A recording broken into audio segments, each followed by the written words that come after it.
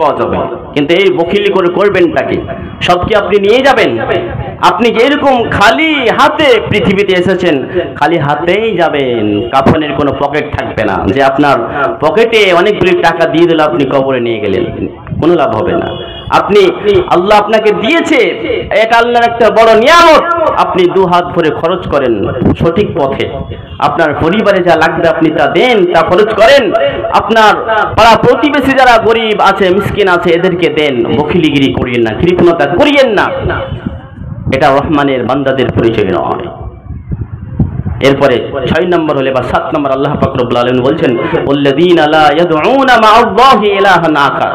রহমানের বান্দারা যারা হবে, এরা আল্লাহ ব্যতীত অন্য কারোর কাছে অন্য কাউকে ডাকবে না, অন্য কারোর কাছে কিছু চাইবে না, অন্য কারোর কাছে কোনো সাহায্য চাইবে না। এর মানে রহমানের বান্দারা শিরক করবে না। আমাদের মুসলমানদের মধ্যে এক প্রজাতি রয়েছে, এক জাতি রয়েছে যারা আবার নিজেকে মুসলিম দাবি করে। মুসলিম দাবি করার পরেও এরা মাজারে গিয়ে সাজদা দিয়ে বাবার কাছে সবকিছু চায়। আছে না? অনেক জায়গা দেখবেন নিজেকে মুসলিম দাবি করে, কিন্তু জিন্দা পীর, মরা পীর কবরে গিয়ে সাজদা করে। এগুলো সাজদা করা হারাম, যাবে না। এগুলো শিরিক করছেন আপনি। খবরদার, শিরিক করলে আপনার ঈমান থাকবে না, আপনি মুশরিক হয়ে যাবেন।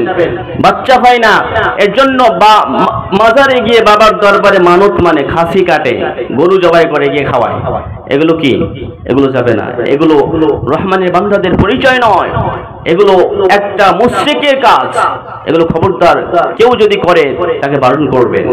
আমাদের আহলে হাদিসদের মধ্যে অনেকে আছেন যারা আমরা বলি যে আমরা শিরক করি না, তারপরেও আপনাকে অনেকগুলি কাজ দেখাতে পারবো যেগুলো দ্বারা আমাদের শিরক হয়ে যায়। খবরদার জানবেন, জানুন যে কি কি শিরক কাজ, সেগুলো আপনি জেনে সেগুলো পরিত্যাগ করুন, নচেত আপনার ভবিষ্যৎ, আপনার পরকাল খারাপ হয়ে যাবে।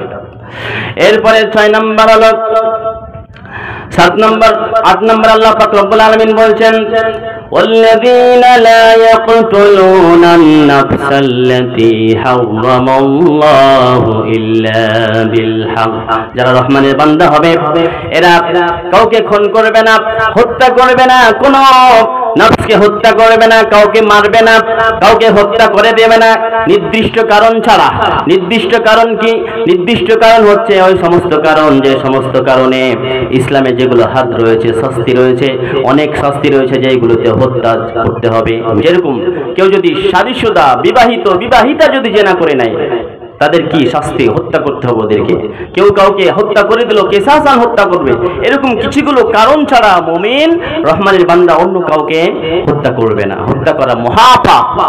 আজকে আমাদের কোরআনুল কারীমে এই কথা বলছে যে মুমিন যারা বান্দা হবে, যারা রহমানের বান্দা হবে, এরা কাউকে হত্যা করবে না, এরা খুনি হবে না।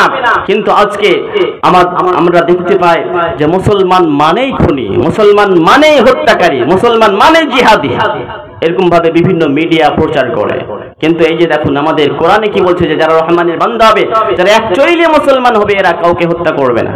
কারণ কোরআনে এটাও রয়েছে যে কোনো মানুষ যদি একটা মানুষকে, নিরপরাধ মানুষকে হত্যা করে দেয়, তাহলে সে যেন সমগ্র জাতিকে, সমস্ত পৃথিবীর মানুষকে হত্যা করলো। এবং কোনো ব্যক্তি যদি একটা নিরপরাধ মানুষকে বাঁচিয়ে দেয়, তাহলে সে যেন সারা বিশ্বের মনুষ্য জাতিকে বাঁচালো। এটা আমাদের কোরআন বলে, এটা আমাদের কোরআন বলে। মুসলমান হলে মুসলমান কোনো সময় কি করতে পারে না? হত্যা করতে পারে না।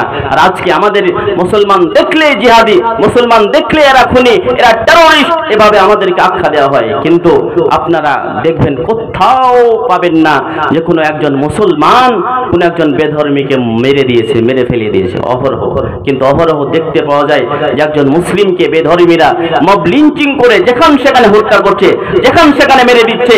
কিন্তু একটাও সোশ্যাল মিডিয়ায় পাবেন না কোনো মুসলমান কোনো হিন্দু ব্যক্তিকে মেরে দিয়েছে। তারপরেও উল্টা আমাদেরকেই এরা জিহাদি বলে। জিহাদি কারা? এখান থেকে আমরা সব কিছু আমরা জানতে পারছি যে কারা জিহাদি। আসলে ওরা নিজেই জিহাদি, নিজে হত্যাকারী, নিজে টেররিস্ট। আর আজকে আমাদের মুসলমানদেরকে ওরা টেররিস্ট বলে। প্রিয় ভাইরা, বলছিলাম যে মুসলমানে যারা একমাত্র যারা রহমানের বান্দা হবে, এরা কাউকে হত্যা করবে না কোনো কারণ ছাড়া। এরপরে বলছেন ওয়ালা ইয়াজনুন, মুমিনেরা কি করবে না? যারা রহমানের বান্দা হবে এরা জেনার ধারে যাবে না, এরা জেনা করবে না, এরা পরকিয়া করবে না। আজকে আমাদের সমাজে দেখা যায় যে আমরা মুসলমান নিজেকে দাবি করি, এরপরে আমরা অনেকেই পরকীয়ায় লিপ্ত, জেনায় লিপ্ত, কেউ আবার খারাপ ছবি দেখি, খারাপ ভিডিও দেখি, আবার কেউ পরকীয়া পর নারীর সাথে আমরা অবৈধ সম্পর্ক করি, আবার যুবক ভাইরা গার্লফ্রেন্ড আর বয়ফ্রেন্ড বানিয়ে সমাজটাকে নষ্ট করে দিয়েছে। খবরদার, এগুলো রহমানের বান্দার পরিচয় নয়। দেখবেন যে আমাদের সমাজে যেখানে সেখানে মোবাইলে দেখতে পাওয়া যায় যে অমুকের স্ত্রী অমুকের সাথে ধরা পড়েছে, গাছে বাঁধা আছে, পোলে বাঁধা আছে। আস্তে আস্তে দিন দিন এই পরকীয়াটা বেড়ে যাচ্ছে। কেন? আমাদের চোখের হেফাজত করতে হবে। প্রথমত আমাদের চক্ষুকে নত রাখতে হবে। যুবক ভাইরা, ও যুবক ভাই, তুমি কিসের রিলেশনশিপে জড়াচ্ছ যেটা হারাম, যেটা একেবারে সরাসরি হারাম? তুমি প্রেম করো, তুমি ভালোবাসো, বিবাহ করে তোমার স্ত্রীকে ভালোবাসো, তুমি বিবাহর আগেই তুমি একটা মেয়েকে ভালোবাসো, তার সাথে কথা বলো কেন? তুমি তার সাথে সম্পর্ক করতে গিয়ে রাত ভোর দিন ভোর তুমি কথা বলতে বলতে নিজের কেরিয়ারটাকে ধ্বংস করে দিচ্ছ। না তুমি এস্টাবলিশড হতে পারছো, না মানুষের মতো মানুষ হতে পারছো, তুমি বেকার হয়ে থেকে যাচ্ছ এই প্রেমের পিছনে ছুটতে ছুটতে। কিন্তু এগুলো হারাম রিলেশনশিপ থেকে বন্ধ রাখো, এগুলো করো না। তুমি এমন ভাবে নিজেকে প্রতিষ্ঠিত করো যাতে করে ওই তোমার সুন্দরী মেয়েদের পিছনে তোমাকে ঘুর করতে না হয়। এমন ভাবে নিজেকে তৈরি করো যেন সুন্দরী সুন্দরী মেয়েদের পিতারা তোমাকে জামাই বানানোর জন্য তোমার পিছনে লাইন দেয়। এরকম ভাবে নিজেকে গড়ো, এভাবে নিজেকে তৈরি করো। তুমি ফালতু সময়গুলো মেয়েদের পিছনে ঘুরে ঘুরে সময় কাটিয়ে দিও না।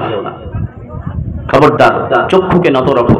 চক্ষুকে নত না রাখলে এই পরকীয়া যে বেড়ে যাচ্ছে, আমাদের একটাই মূল কারণ যে আমরা চক্ষুর হেফাজত করি না। আমরা যাকে তাকে কুনজরে, খারাপ নজরে দেখি, কিন্তু এটাও করা যাবে না। হযরত বিশ্বনবী সাল্লাল্লাহু আলাইহি ওয়াসাল্লাম হযরত আলীকে বলছেন, হে আলী, লা তুতবি নাজরাতান নাজরা ফাইন্না লাকাল উলা ওয়া লাইসাত লাকাল আখিরা। হে আলী, খবরদার, কোন বেগানা নারীর দিকে তোমার চক্ষু পড়ে গিয়েছে, চক্ষু নত করো, চক্ষু ফিরিয়ে নাও। প্রথমবার তোমার জন্য ক্ষমা, দ্বিতীয়বার গুনাহ। প্রথমবার তোমার চোখ পড়ে গিয়েছে, তৎক্ষণাৎ চোখ সরিয়ে নাও। দ্বিতীয়বার আবার যদি দেখতে যাও তাহলে তোমার জন্য গুনাহ হয়ে যাবে। তার মানে এটা নয় যে আপনি একবার নজর পড়ে গিয়েছে, 5 মিনিট 7 মিনিট ধরে আপনি তার দিকে দেখে নিলেন যে একবারই তো দেখছি, এমনটা নয়।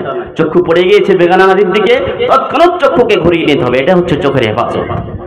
আমার ভাইয়েরা, রব্বুল আলামিন কালামুল্লাহ মাজিদের মধ্যে মুমিন পুরুষদের উদ্দেশ্য করে বলেন, কুল্লিল মুমিনিনা ইয়াগুযু মিন আবসারিহিম ওয়া ইয়াহফাযু ফুরুজাহুম। ও নবী, আপনি মুমিন বান্দাদেরকে বলে দিন, যারা এক আল্লাহর প্রতি ঈমান এনেছে, তাদেরকে বলে দিন তারা যেন নিজের চক্ষুকে নত রাখে, নিজের লজ্জাস্থানের হেফাজত করে। কারণ চক্ষুটা হচ্ছে জেনার প্রথম ধাপ। কোনো মানুষ প্রথমেই জেনা করে বসে না। প্রথমে চোখে চোখে কথা হয়, তারপরে মুখে কথা হয়, তারপরে আস্তে আস্তে কাছে যায়, তারপরে জেনা সম্পন্ন হয়। এই জন্য রব্বুল আলামিন প্রথমে বললেন যে খবরদার, বেগানা নারীর দিকে চক্ষু দিও না, চক্ষু পড়ে গিয়েছে, চক্ষু ফিরিয়ে নাও। শুধু মুমিনদেরকে বলেননি, মুমিনা আওরাত, যারা মুমিনা মহিলা রয়েছে, মুমিন মহিলাদেরকে রব্বুল আলামিন বললেন, ওয়াকুল্লিল মুমিনাতি ইয়াগুযুনা মিন আবসারিহিন্না ওয়া ইয়াহফাযুনা ফুরুজাহুন। রব্বুল আলামিন বলেন, ও নবী, আপনি মুমিনা নারীদেরকে বলে দিন তারাও যেন তাদের চক্ষুকে নত রাখে, তাদের লজ্জাস্থানের হেফাজত করে।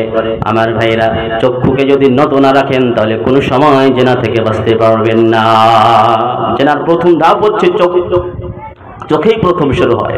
তো আমাদেরকে ভেবে নিতে হবে যে আমরা রিলেশনশিপে, খারাপ রিলেশনশিপে আমরা জড়াবো না, কোনো পরকীয়ায় জড়াবো না।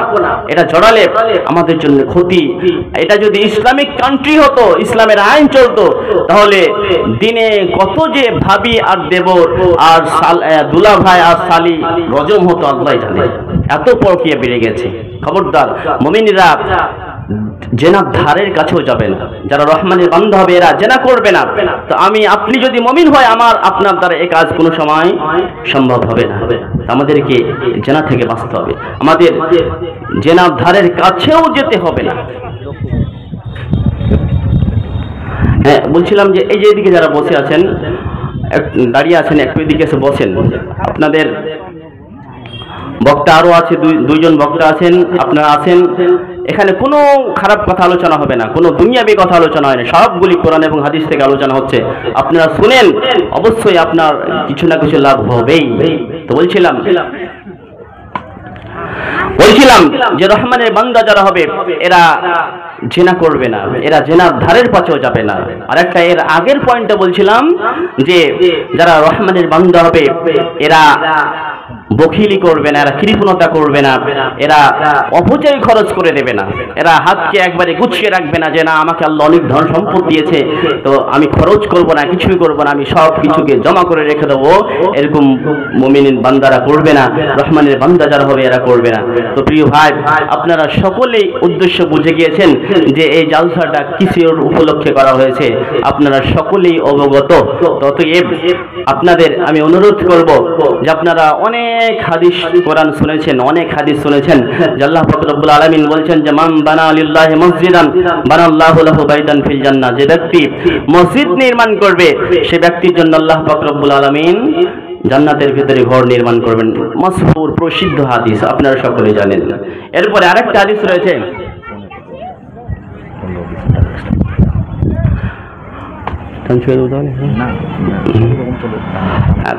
বলছিলাম যে আরেকটা হাদিস রয়েছে, যে হাদিসটাতে বলা হয়েছে এভাবে যে কোনো মানুষ যদি একটা পাখির বাসার সমান মসজিদ বানায় তার জন্য জান্নাতে ঘর নির্মাণ করা হবে। এটা একটা কেমন কথা যে পাখির ঘরের সমান, পাখির বাসার সমান মসজিদ বানিয়ে অতি নামাজ পড়া যাবে? যাবে না। কিন্তু এখানে বোঝানো হচ্ছে যে কোন ব্যক্তি মসজিদে যদি সামান্যটুকু হেল্প করে, অর্থ দেয়, তাহলে তার জন্য আল্লাহ তাবারক ওয়া তাআলা জান্নাতে ঘর নির্মাণ করবেন। তো প্রিয় ভাই, প্রিয় শ্রোতা মণ্ডলী, প্রিয় বাবাজিরা, এখানে অনেক ভাই রয়েছেন, অনেক বাবাজি রয়েছেন যাদেরকে আল্লাহ পাক রব্বুল আলামিন যথেষ্ট ধন সম্পদ দিয়েছেন, যথেষ্ট আপনি খাচ্ছেন, চলছেন, ফিরছেন, এই পৃথিবীর জন্য সব খরচ করে দিচ্ছেন। আপনি পরকালের জন্য জান্নাতে ঘর নির্মাণ করার জন্য আপনি কিছু না কিছু দিয়ে যাবেন, আসবেন। এখানে কোনো বান্দা রয়েছেন, কোনো আল্লাহর বীর সৈন্য, বীর যোদ্ধা রয়েছেন যে এই মসজিদ নির্মাণ করার জন্য 10,000 টাকা দেবেন। কোন আছেন কেউ, কোন আল্লাহর বান্দা যে মসজিদ নির্মাণ করার জন্য 10,000 টাকা দেবে, যে মাওলানা মসজিদ নির্মাণ করার জন্য আমি 10,000 টাকা দেব? প্রিয় ভাই, আরেকটা কথা বলে দিই যে অনেক অনেক বক্তাকে দেখবেন যে দান করার পরে এমন